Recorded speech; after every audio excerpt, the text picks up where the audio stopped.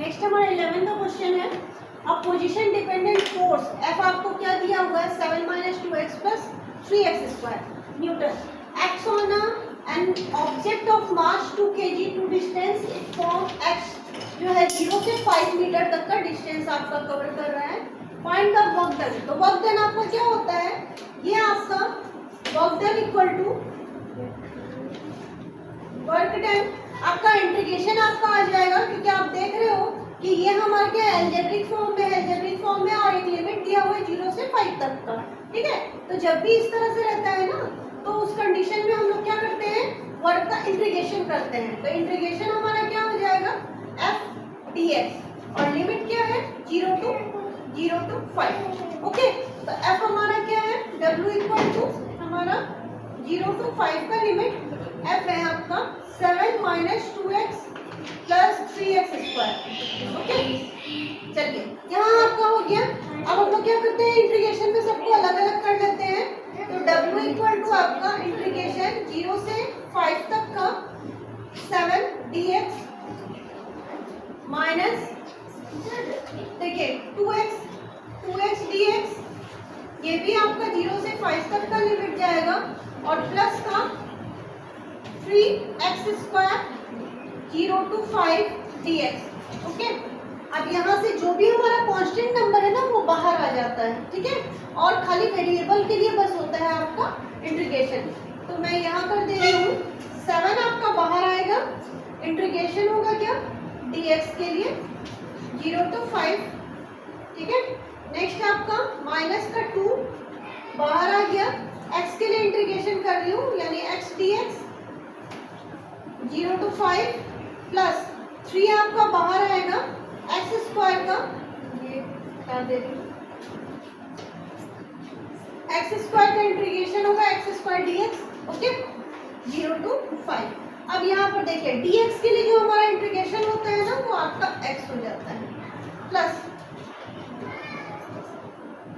Minus है आपका 2, x के लिए इंटीग्रेशन होगा, x का कुछ नहीं है पावर 1 है, तो x का पावर n, इसके लिए इंटीग्रेशन होता है xn + 1/n+1। ओके, n क्या है, वो नंबर है, जो पावर है वो नंबर है आपका। तो x आपका 1+1/1+1। ओके, सेम चीज हम लोग यहाँ भी करेंगे, प्लस ये मैं एक ही बार में सबका 0 से 5 तक का लिमिट दे देती हूँ।